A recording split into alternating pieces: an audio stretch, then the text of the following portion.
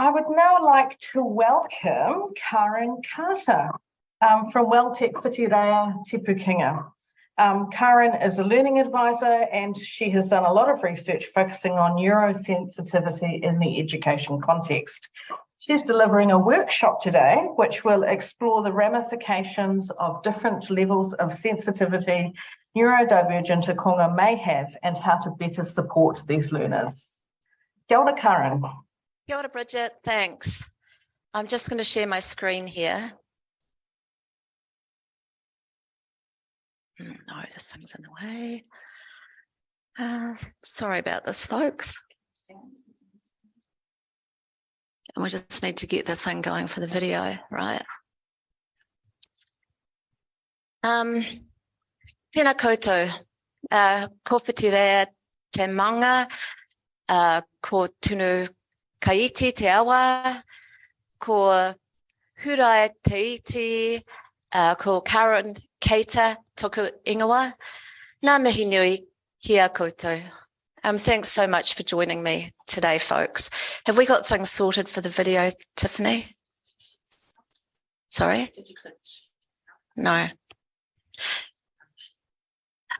Excuse me for a minute. We just sorting out technical stuff here. How do I do that? Just stopping sharing for a second. Sharing again. Aha.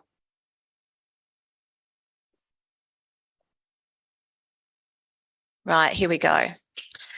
So it's my absolute pleasure to be able to share some information with you this afternoon about neurosensitive students. Now, what I want you to think about as we go through this little journey here is I want you to be thinking about what we're talking about in terms of diversity and inclusion.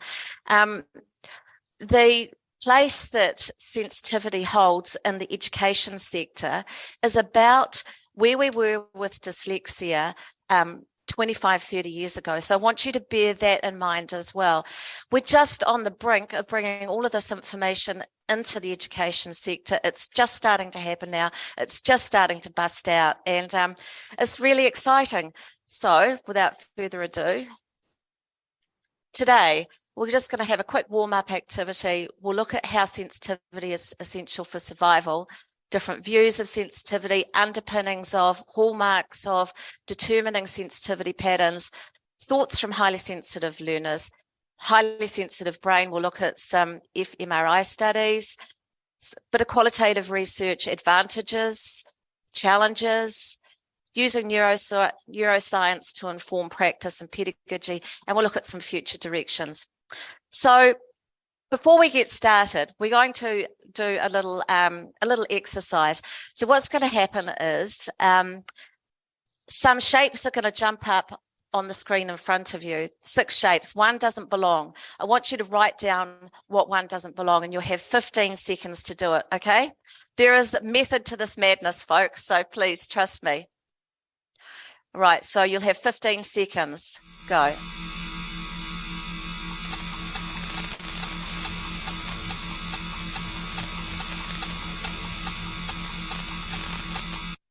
Okay, that's it. Did you figure out which one didn't belong? Okay, we're going to repeat it, but this time you've only got 10 seconds. So get your pen ready, write it down, go.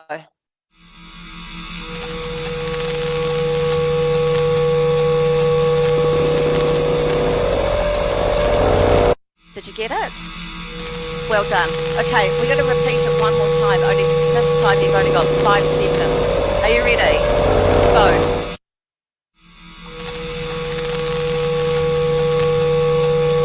Well done, everybody. Now, what I want you to do is I want you to think of a shape that you saw there, probably not one of the ones that you wrote down, just any shape. And we're going to put you in some breakout rooms. What I want you to do in the breakout rooms is I want you to think about the shape, and I want you to talk about a really bad experience that you had encountering this thing, and then we'll come back and we'll share. So off you can go into your breakout rooms, guys.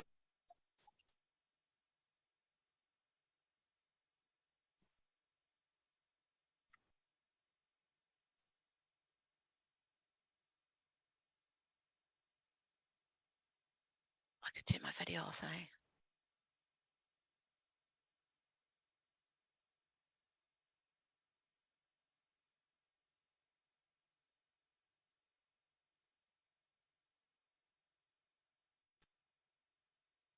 Wasn't me.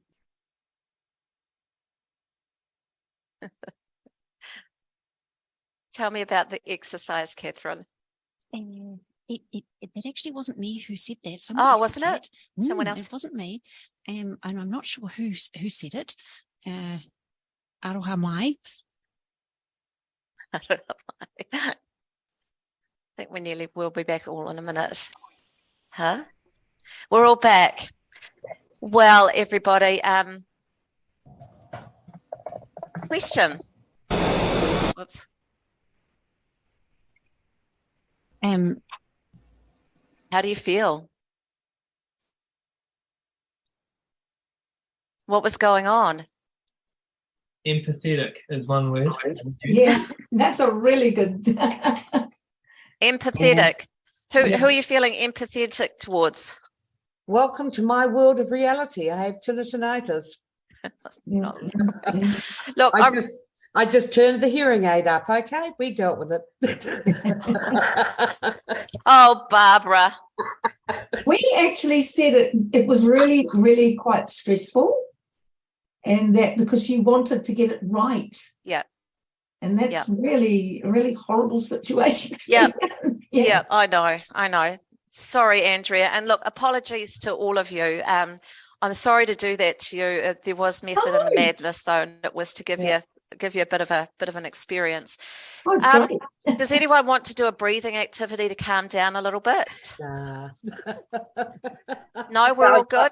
No breathing activity. I had a brief moment of panic at first, then I realised it was probably intentional and calmed down. All right. Well, again, we could lay on the floor and put our legs up.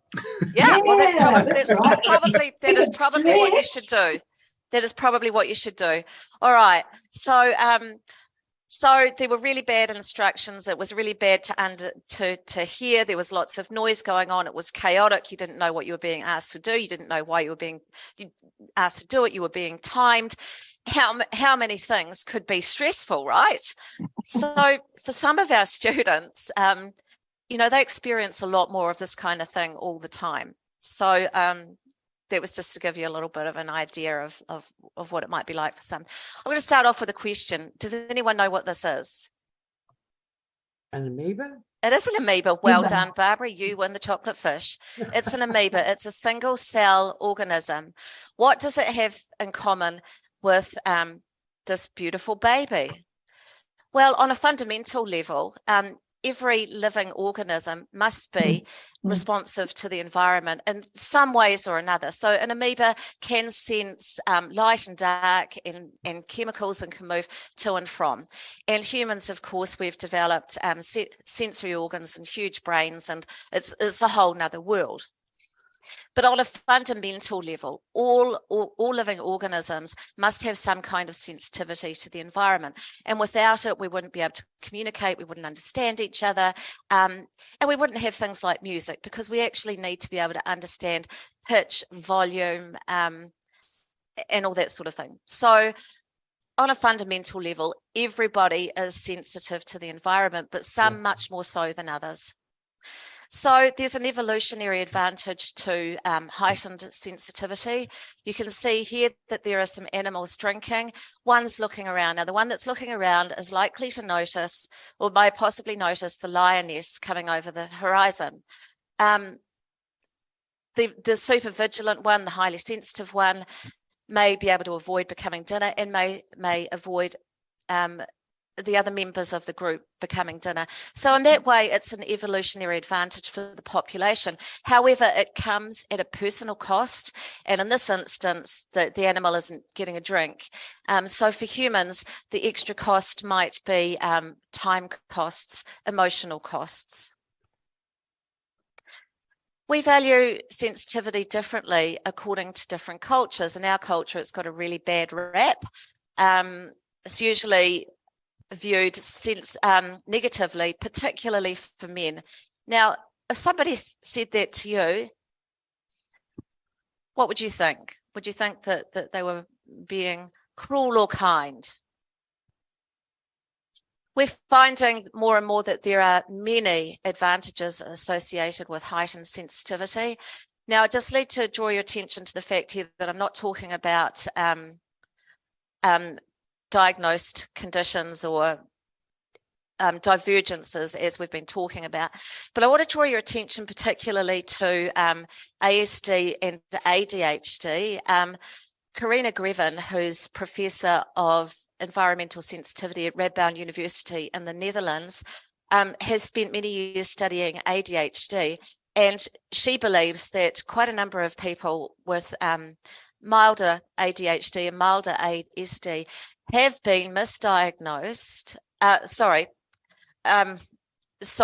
Highly sensitive people have been misdiagnosed as having ASD and ADHD simply because of the sensitivities, but it might explain some of the lack of response to interventions as well. So with ASD, you likely to see lower theory of mind, but highly sensitive people actually have high empathy. And just as an example with ADHD, we talked about impulsivity for ADHD, but highly sensitive people generally pause to check and will assess situations before jumping in. So quite different on that front. So here are some underpinnings. We start off with a genetic underpinning. We don't know too much about it, except that we do know that the serotonin and dopamine transporter polymorphic regions are involved.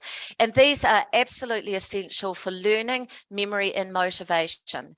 Now, as with genes, environment plays a key role. And imagine if you're more hypervigilant of your environment, of course, these environments are going to have more of an impact on you. Early environments we know are very, very important, and maybe even more so for highly sensitive people, because they might develop patterns of reaction that they then can no longer get rid of later on in life. So the phenotypic expression of high sensitivity is sensory processing sensitivity, which is a personality trait, temperament. It was first introduced by Elaine and Aron Aron in 1997, and they developed the highly sensitive person scale, which is pretty much the way that we assess environmental sensitivity to this day, although there are a number of studies going on at the moment to see if we can improve the assessment of sensitivity. So some hallmarks. Sensitivity to subtle stimuli, so it's noticing of things internally, externally, socially, and emotionally. Greater emotional responsivity to all of these things, high levels of empathy, which I've already mentioned, deep cognitive processing. So you can imagine that if you're noticing all these things in the environment, it's going to take you a longer time to process things. And this has huge implications in a learning environment. And the result of noticing and processing all of this stuff is that you can become overstimulated and need to get away from stimulation in order to calm the nervous system down. So how do sensitivity patterns, how are they determined? Well, those sensitivity genes we just talked about, you can see here, if there are no or very few, it's no matter what the environment is, it's going to lead to low sensitivity. However, things start to look a little bit more complicated on the yes side. So you can see here that in adverse situations, a diathesis stress pattern emerges where you have vulnerability versus resilience.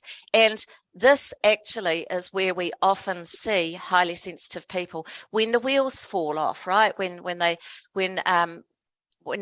suffer things like maybe depression or anxiety or burnout and things like that.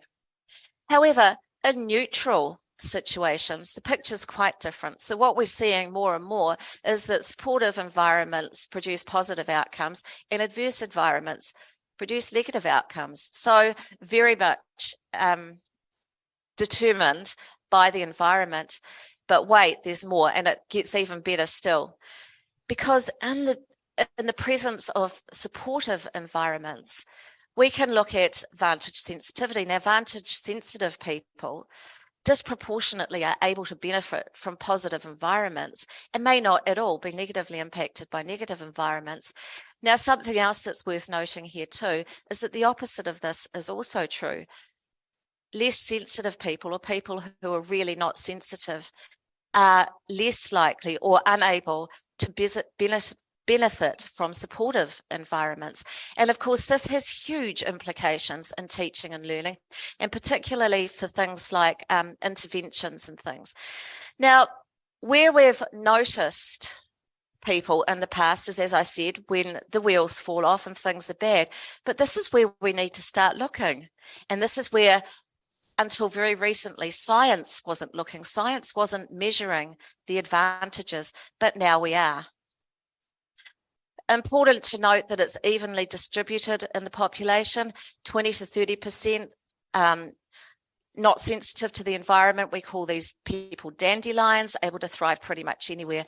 Most of the population, 40 to 60%, somewhat sensitive to some aspects. We call these people tulips. They're able to thrive mostly in most situations and are a little bit sensitive to some things in the environment. 20 to 30% is where the high sensitivity people sit. Orchids need optimal conditions in which to grow, but when they have them, the results are spectacular. And so that is where the vantage sensitivity kicks in here. So we're going to hear from a highly sensitive person. Now, you might all want to turn your volume up here because this is very quiet.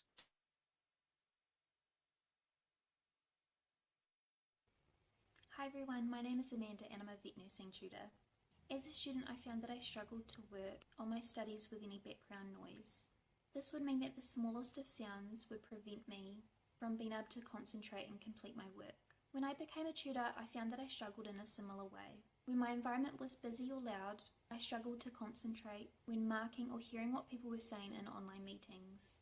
These experiences would cause me to feel stressed or overwhelmed. Recently, I discovered that I'm highly sensitive.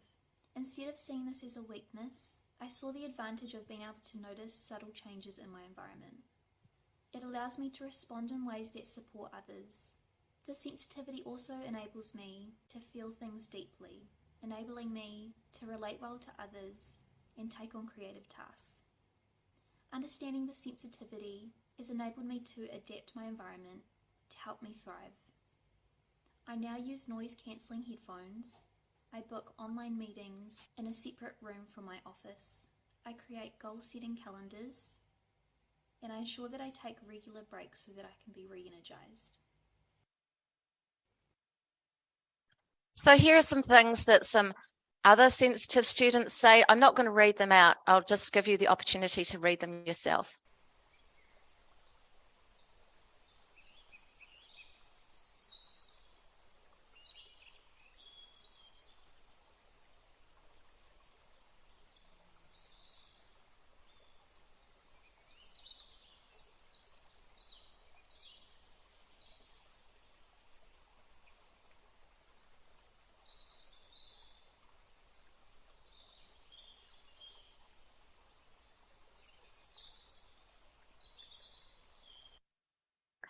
So revisiting the brain again.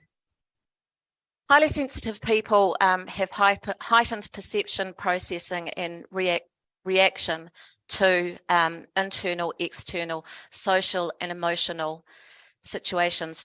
Now, we've known that this for years, but only recently have we started to get some really good evidence, and it comes from fMRI studies. So we've now found that for highly sensitive people, so these are people who probably are in the 70th percentile on the highly sensitive person scale, there's higher activation in brain regions, including the default mode network, which is the areas of the brain that are active when we're not involved in a particular task. So that might be things like reflection, thinking about the future, that sort of thing.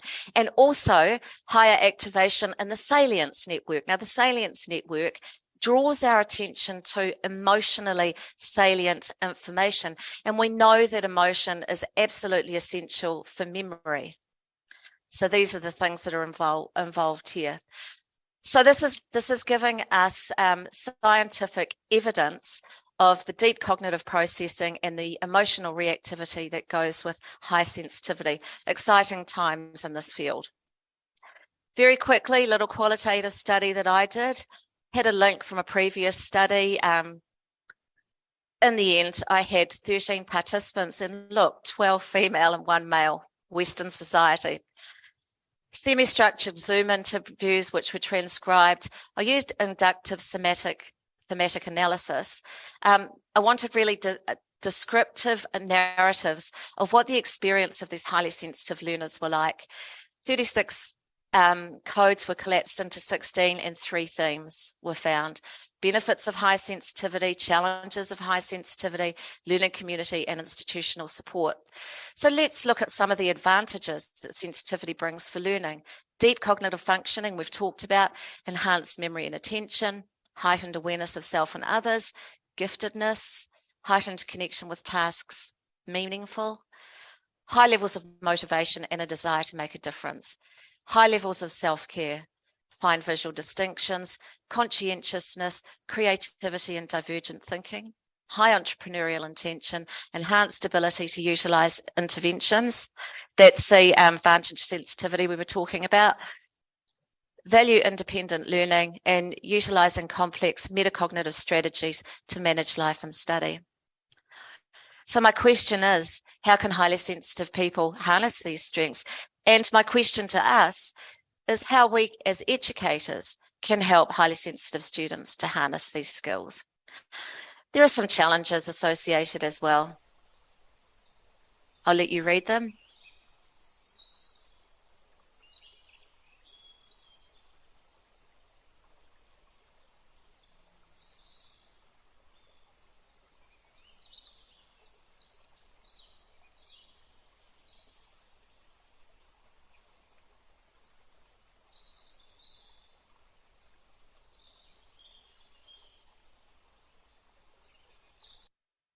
So those are just some of the challenges faced by highly sensitive students. Janara Nierenberg, in her book, Divergent Minds, proposes temperament rights. So she talks about the rights to honour the internal parts of a person as we honour the external, like gender and culture. And this is a question that she poses. Why does the way you pay attention determine your work prospects and life satisfaction? So I'm just looking at the time here. So that's, yeah, so we're going to go into breakout groups for 5 minutes. And I just want you to talk amongst yourselves about these things. Like, why? And it can be in the wider scheme of things too, given the talks that we've had previous, because it's all interrelated. So we're going to pop you into some breakout groups, take 5 minutes, and we'll come back and just reconvene and see what we all think.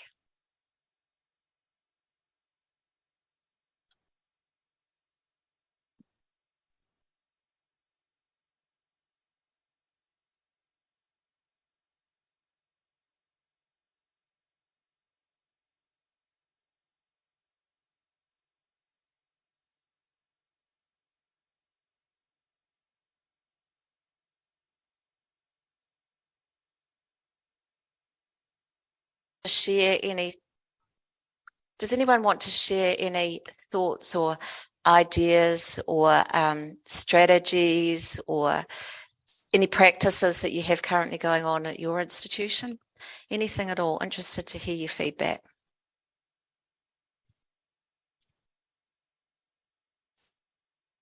If someone is sensitive to providing feedback in class, is one of the things that seems to be on the list, and many classes are trying to get that feedback out of students to aid their learning. How can, because you want people to contribute so that they can learn through talking about stuff, you know. So there's some quite challenges about how to deal with that, I think. Mm-hmm. Especially if you're dealing really social group work, or, you know. And some people love the group, but some people hate it because of this. Maybe the environment's not suitable. Yeah, that's you know, that's a really, really good point. And I guess that from a tutor's point of view, it comes down to knowing your learners and listening to them. And with regards to, say, group work or presentations, my experience is that tutors will often do it as a different way of assessing students without having a particular reason for doing so.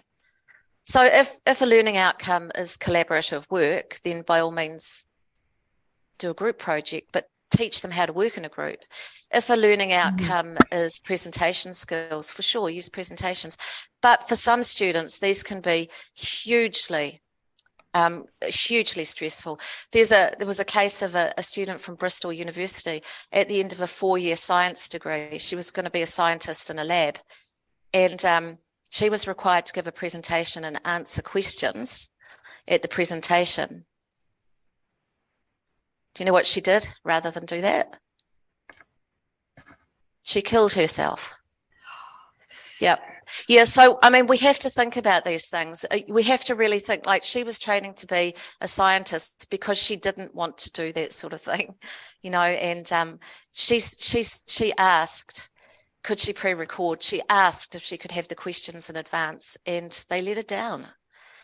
So I think to answer your question, Craig, I think it's a question of getting to know your learners and to really think about what are the learning outcomes, and can I offer different ways of assessing if I need to. And possibly also directly with the learner themselves. What's a good way of assessing for you? What's their choice? Empowering to make assessment related decisions. What's the best way for you to do this? How can we do this alternatively? So that they get a chance to play to their strengths. Yeah, absolutely. And that we are empowering them rather than making decisions for them, that we do things with them, not to them. Yeah. Often a lot of the spaces that our learning environments are quite brightly lit, highly, detailed and coloured, and there's so much information around you. I mean, everywhere I look at my office, there's a poster. Sometimes I find we have a chill space in our library at Toihomai here in Rotorua. Often those students who are feeling a bit overwhelmed, I'll take them in there, talk quietly, obviously scope it out to see if anyone else is in there to take them into account, because you don't want to go in and, interrupt their chill space.